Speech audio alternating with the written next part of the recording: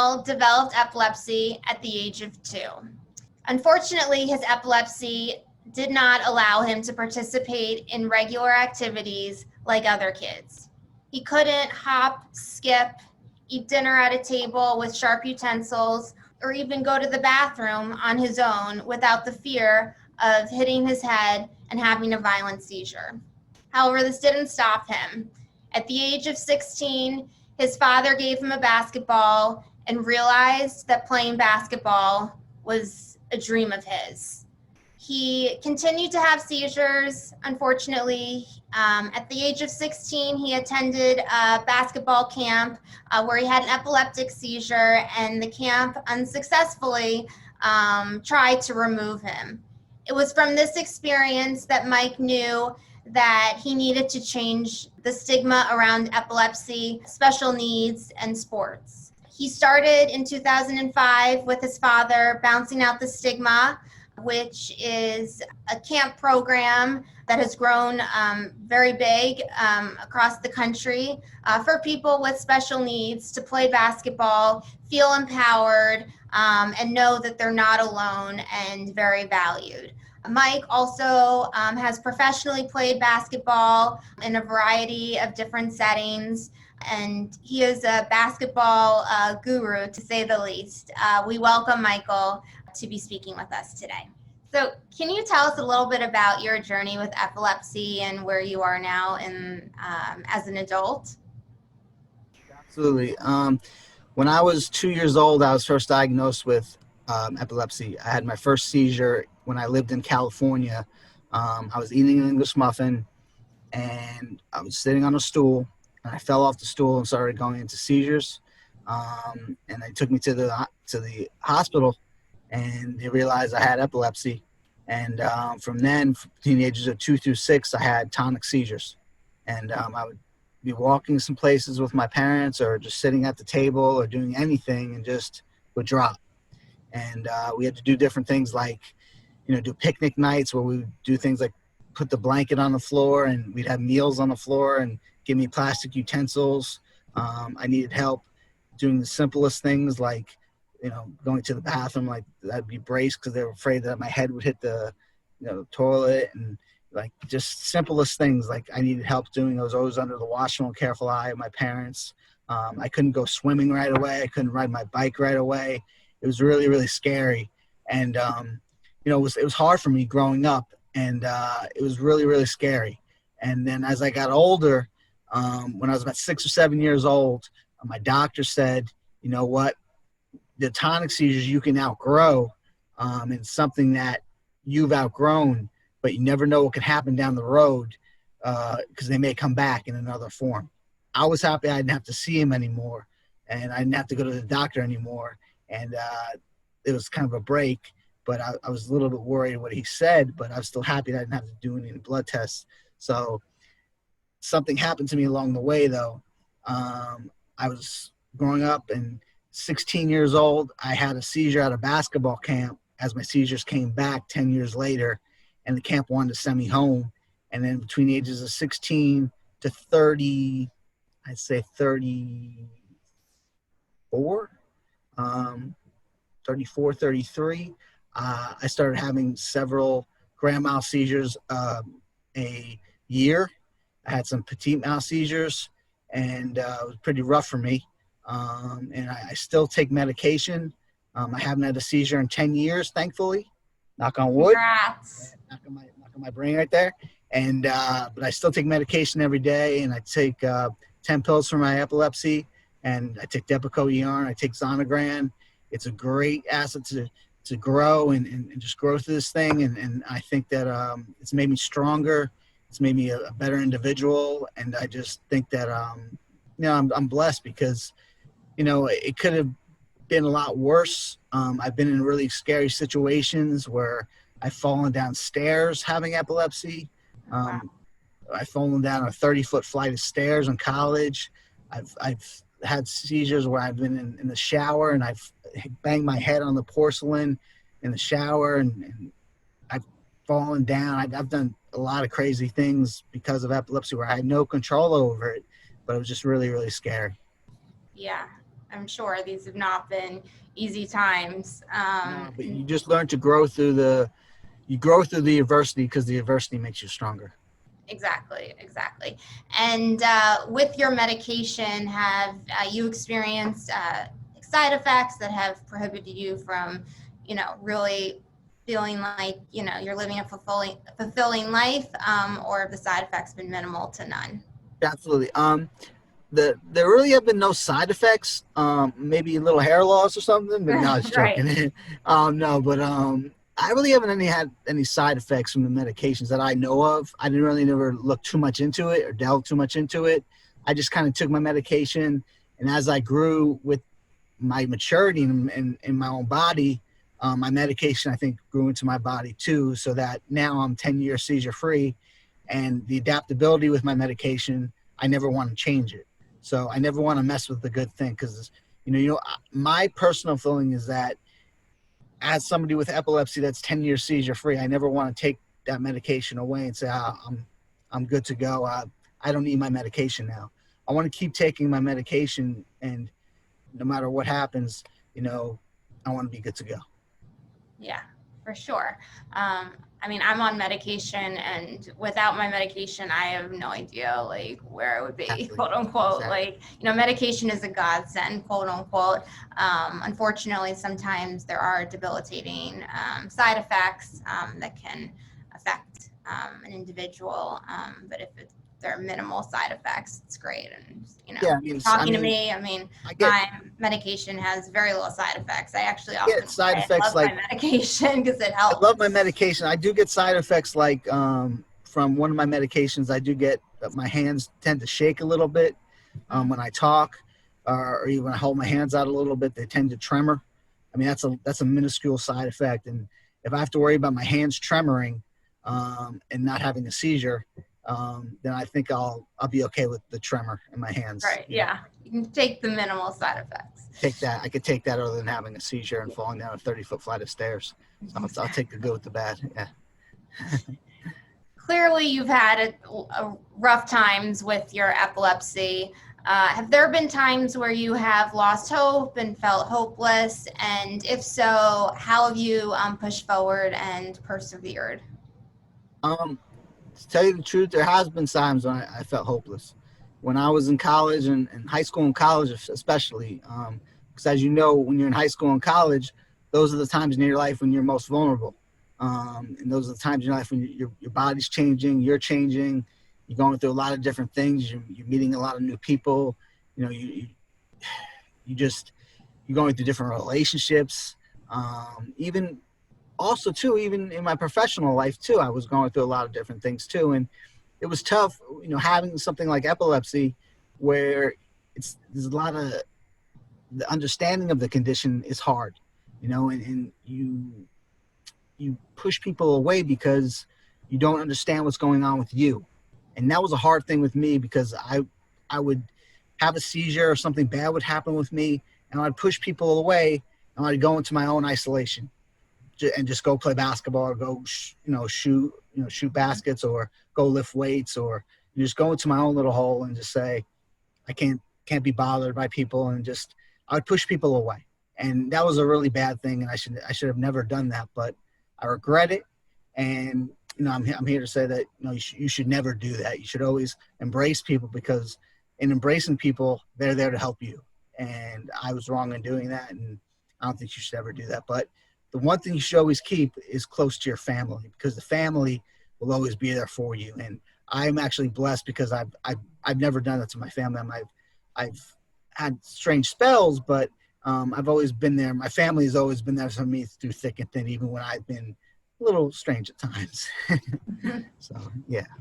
Yeah, no, family especially is always important. Absolutely. Unfortunately, not everyone is close to their family, and that's, it's an unfortunate thing, especially when you have medical condition or a disability. But if you are, it's always a blessing.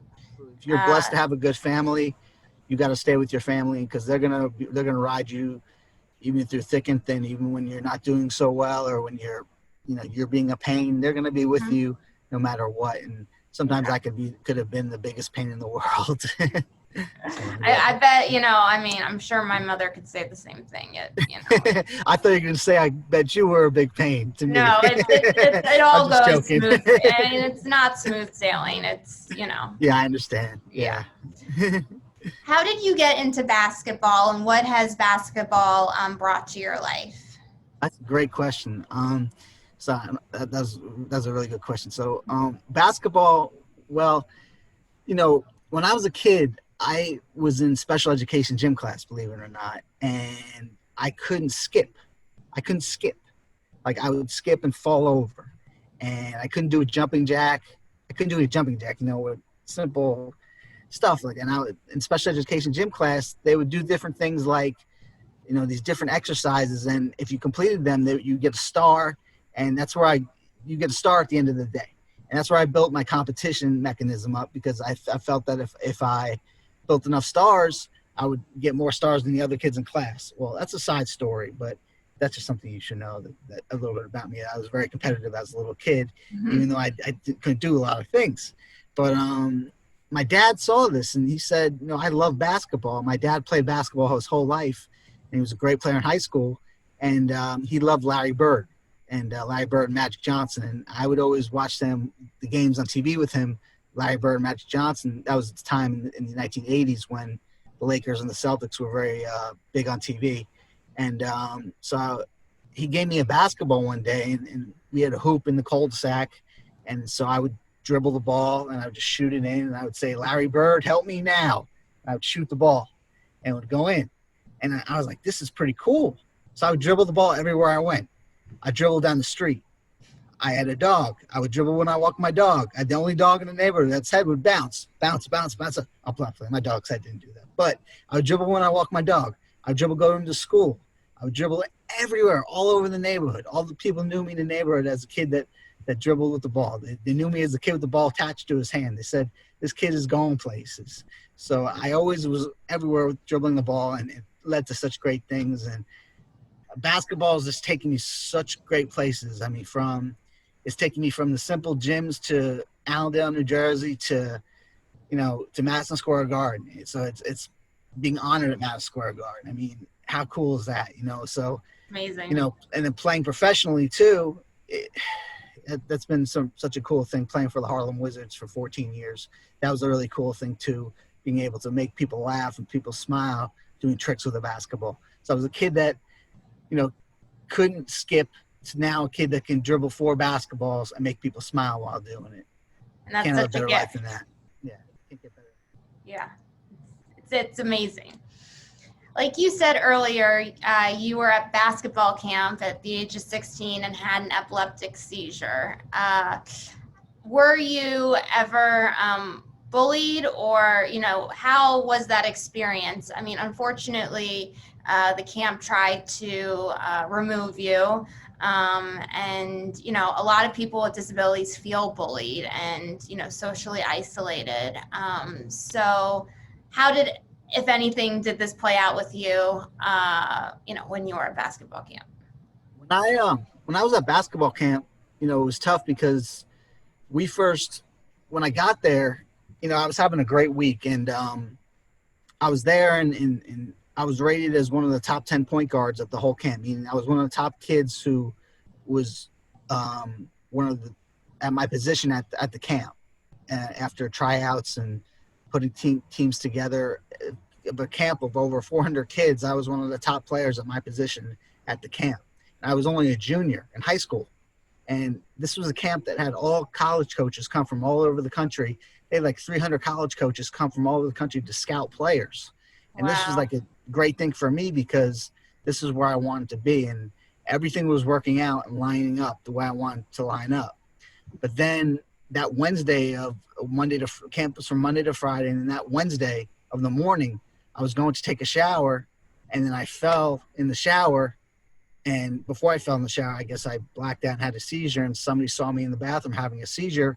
Paramedics came, and they said, you can't be here anymore. Camp said you can't be here anymore. And it made me feel very empty and very isolated. And basically my parents fought to keep me at that camp, because they said, there's no way that you should have to feel that way. And I was empty. I felt empty, and with what I do now, I never want another child to feel as empty as I felt at that time, because nobody should ever have to feel that empty. And as far as being bullied as a kid, I was bullied at times as a youth, not so much for having epilepsy, but for so much more for being isolated, and also for being like uh, somebody who loved basketball so much that he kind of isolated himself. When I was about sixth grade, I kind of took my basketball and said, I'm going to do what I want to do now. I'm going to be my own person. I kind of want to be my own man. So what I did was I kind of isolated myself. Not always the best thing, but if you have a dream, there's nothing, it could be nothing, that's not necessarily a bad thing, but it was a good thing for me. I had some friends, but I also kept to myself. And people would make fun of me. They said, you're not going to do it. You'll never be a pro player. You're wasting your time. They would kick my basketball in the woods. Some kids even tried to flush my sneakers down the toilet when I was in another class. They did things as far as that. Crazy stuff. So I switched schools. And I made some new friends. And those friends were very nice to me. And they accepted me. But then I went to high school. Some kids bullied me in high school because of my dreams and because I was small. But I excelled. I was a 3-year varsity starter. I was an all-league point guard. I was a very good player. I was captain of my high school team, even though I was a little pipsqueak. And my dreams came true. I played in college. I played professionally. And it all worked out for the better. But epilepsy was something that came to me when I was 16. I always bottled it, and I never told anybody because I was afraid of what people would say because of some of the other stuff that people were saying as well. And I want to tell people today that don't be ashamed of telling people that you have epilepsy, because your real friends will be your real friends no matter what. The people you want to stick with you will stick with you no matter what, because they'll always be there. And the people your fake friends, they shouldn't be your friends to begin with. If people are going to make fun of you because you have a disability, you don't want them as your friends. They shouldn't be your friends. You know what I mean? Your real friends, like your family, your loved ones, and those key friends will always be there with you. Oh, absolutely. And I think it's also really important to recognize, and I've actually spoken about this with some of my other speakers, that, as you get older, especially in late high school, college, people have matured. And so it doesn't really matter as much to people, whether you have epilepsy or some type of difference. I mean, everyone has something, Everybody has something, not to interrupt. Everybody has something that they have to deal with.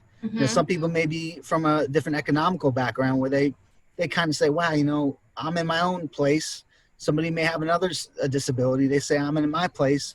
Everybody has a place that they're in, and it's like a pyramid. It's like a reverse pyramid too, because everybody's growing with it.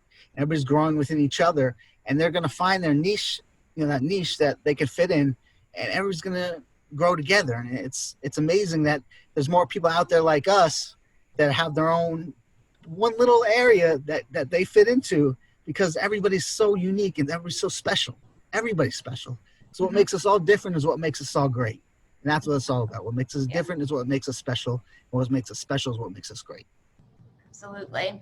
So getting back to your seizure that you had at basketball camp, ever since that moment, and really when also you became seizure free, when you're playing basketball on a day-to-day basis now, do you ever fear of having a seizure? I mean, obviously your medication, protects you and so forth. But unfortunately, there's always a chance, that because of your condition that, it could happen. Let's hope not, knock on wood. But I always get that question I go to a lot of schools throughout the year and speak at schools, at school assemblies, and I go to maybe between 30 to 50 schools at least a year and talk to kids. And this is something that kids ask me all the time. They say, do you think that this is something that you worry about it? And I say, of course I worry about it, because you never know when you're going to have a seizure. But I think that if I take care of myself, I eat right, I get my sleep, I listen to my doctors, I stay healthy and stay active, and I take my medication, I won't have to worry about it. But there is that chance that it may slip in. But the thing is that if you take care of yourself, you won't have to worry about it. And that's why I kind of live my life, and I live in the moment, and I prepare for the future. Exactly. You started in 2005 with your father a basketball camp program called Bouncing Out the Stigma. Can you tell us a little bit about the program and how it has expanded and so forth? Absolutely. So Bounce Out the Stigma, we were actually, it's pretty funny. We were out one night and we were just, me and my dad, and we went to dinner and we sat down and we were just kind of talking, and he just like hit me with this idea. And he's like, no, it would be cool. What if we started a basketball program and we had kids that were forgotten, kids in the middle of the road, kids like you? Because you remember that time when you were at that camp, Mike, when I had to fight for you, and you reminded me about the camp, and once again being 16 and everything.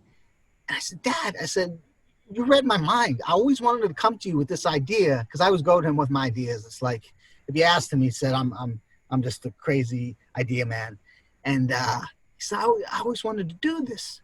And he said, well, let's do it. And he said, there's so many kids that are forgotten out there, and if we did something like this, it would change the world. And you could be the guy that they look to as the guy that you could be their model. This is it. This is it. This is what you could change the world, Mike. And I said, he said, what I want you to do is put down on paper a business plan and send it to, show me tomorrow or whenever you can, show it to me, and I'll help you out with it. I'll help you as far as putting it together, and I want you to try to do it if you think you could do it. So the next day I showed it to him. I was like, that night I got home, I was just putting this together, typing it down, and I showed it to him. This is it. This is it. You got it. We got to do this. So that summer we had our first camp. Only had about 18 kids, but it worked. I mean, we were like flying.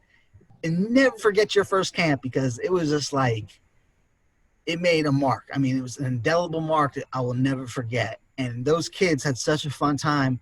I was like, I want to do this forever. And I want to do this. I want my life to be like this. And then the next year, the Epilepsy Foundation came in that summer, and they said, we want to partner with you. We want to make it 3 camps. So we did 3 camps the following summer. And then about 7 years later, we went on our own, and when we started doing all camps throughout the country.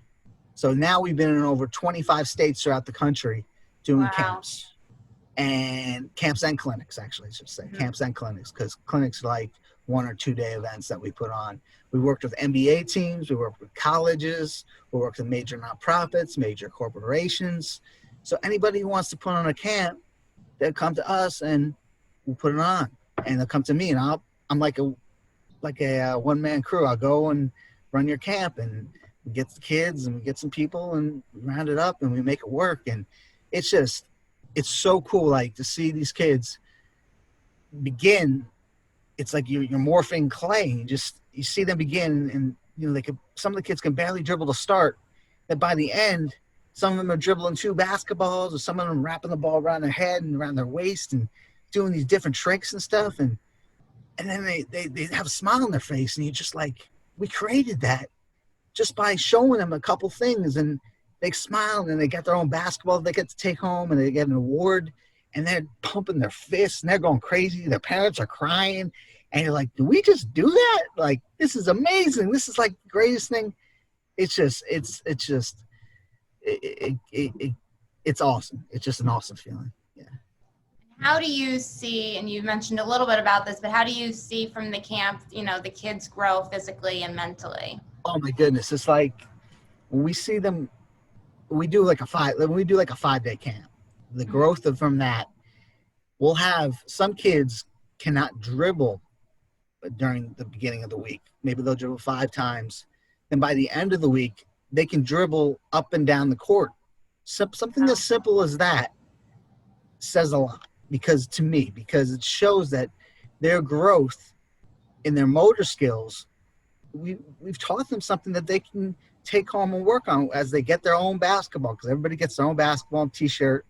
And then when they come up for the award ceremony, we talk about them and how they've grown, and their parents are like crying in the audience. And it's just physically and emotionally and mentally, it's one of the most fun experiences. If you ever want to come to a great, program, to see a great program in action, I recommend you come see this, because it's just so fun. It's just, people just have such a great time working it. People have volunteering at it, and just seeing it in action. Man, it's awesome. It's just awesome. Yeah. I'm sure.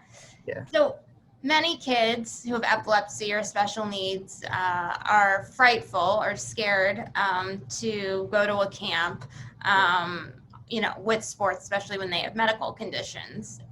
What advice would you tell students or people with differences, whatever their ages are, to go and pursue a sports camp and not be afraid? I think just pursue a sports camp for kids with epilepsy mainly. There's a couple things, two things mainly. First is make sure that they have a good athletic staff, like nurse on staff, or trainer that has the background in special needs, or can work with special needs. Just so you know that, and that they know who you are, you know who they are, and that it can work, and that they're not going to discriminate you because you have epilepsy, and that everything's on task. And then the second thing is, make sure you call home, and you make sure mom and dad are home, so that God forbid something was to happen, mom and dad are home. And make sure you're always calling home. Make sure you're on the phone with mom and dad, maybe twice a day. Just keep them on, so mom and dad aren't, worried. And that's two things I think would be very, very important for kids going to a special needs, if it's a sleepaway camp, or if it's like a day camp. I think, for the first time, I'd say have mom and dad come to the first day and just visit, and just stay for the day, and make sure it's okay. And if it works to their approval, then I think just let it fly, and have them meet their nurse. And if everything works out, I think, let's rock and roll. Yeah, why not, right? Yeah. It's great advice. There are a lot of devices on the market for epilepsy and detecting a seizure. There's apps, there's watches, there's specific bracelets. What do you think of these devices, and have you used or do you use any of them? I've heard of the watch, and I've heard of some other stuff. Mainly the watch. I haven't heard of anything else. But no, I don't. Fortunately, I don't have to use any of them, just because my medication has done the trick for me. I'm old school. I'm an OG. So I'm an OG. I just use the medication. So thankfully. So, Yeah. But I've had people like done the vagus nerve stimulator, and had surgeries and things like that. So the watch I haven't seen yet, though. It's one of the new ones I haven't seen. I've heard of it though. Yeah. So it's amazing though. Yeah. I think the concept is great. And I mean, I personally have not had to use it.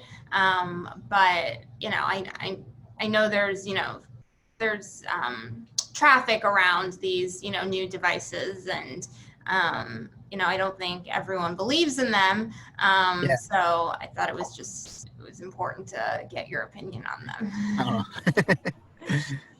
So what you know now about yourself with your epilepsy, where you are in your life, what would you have told your younger self 10, 20 years ago, if you could? Probably would have told the young Mike 10 to 20 years ago, slow down, don't rush, and be patient. Just slow down, don't rush, and be patient. That's probably what I would have told myself. I'm not sad at anything what I've learned over the last 10 to 20 years. I've learned a lot. I'm not mad over anything. I've accomplished everything I want to accomplish. I've got a lot more I want to accomplish. I've got a lot more goals in mind. I'm going on the right track. I've done everything I want to do. I mean, I've surpassed many expectations, all my expectations. But I'd say stay patient. Stay patient. Yeah, I would agree with that. How have you I mean, have you accepted your epilepsy? You know, a lot of people find their medical condition or their different disability as a gift. You know, where, if anything, are you along in that process? Have you? And so forth. If you would have told me probably, if you would have asked me this probably when I was in high school or college, I would not have accepted it as a gift. Um, you know, taking pills where I was having to take pills 3 or 4 times a day, you know, not telling anybody about it because I never did tell anybody about it. I never did tell anybody about it. Even my closest friends, only people who knew I had it were my roommates. And some of them even saw me have a seizure and had to perform, you know, like call somebody to get me Right. help. But, you know, I didn't accept it back then. But now I accept it as not as a gift because there are people who have it a lot worse than me. So I wouldn't use the word gift. I would just use it as I would just use it as motivation to help other people, and as just and not as a dilemma or anything like that. I would just say it's just something it's been my motivation to help other people, and it's an issue that I have to deal with that just has made me stronger, and it's adversity that's made me stronger. And as I said before, adversity makes you stronger, and how you deal with it is a measure of the person you're going to become. Yeah, for sure. And we've spoken a little bit about this, and you know, in terms of words of encouragement. But you know, overall, like you know, under the umbrella, what advice would you give to people, special needs of all different types, people who have epilepsy, to encourage them push forward, especially if they feel stuck and lonely, lost? I would tell them that you know, don't let your limits define who you're going to be. You know, if you think that you know somebody's going to hold you back in any way, or you think you know you can't do something, like go out and do it. Like don't let anybody tell you no. Mm-hmm. Why not? Why can't you go out there? Some people say, oh, I can't get a job because I have a disability, or I can't hold down a job, or I can't hold down, I can't reach my goals of whatever it is. That could be the craziest dreams in the world. Why not go for it? You know, what's the worst that can happen? Somebody says no. So what? So what? So if somebody says no, then you just you try your next goal, you know, and just keep trying. The worst thing that can happen is somebody says no. And then you, like I said, you keep trying, you keep trying, you keep trying. That's all you can do. And then you just do your best. That's all we can do, for sure. And so I know that from this interview, people are gonna want to know, how do we get in contact with you? You know, in terms of obviously they want to talk to you, but bouncing out the stigma. If they're interested, you know, post-COVID, clearly. Sure. Well, you can Bounce Out the Stigma has an Instagram page, Bounce Out the Stigma. We have our Facebook page is Bounce Out the Stigma, Mighty Mike Simmel, or just you go Bounce Out the Stigma, or it's @ Mighty Mike Simmel. And then our website is bounceouttostigma.org. That's there. And then I'm trying to think what else. It's pretty much it. Yeah. I know people are going to want to know, so that's why I asked. Yeah, But no problem. you gave a lot of different avenues for them to reach you, so you're all good. This was wonderful.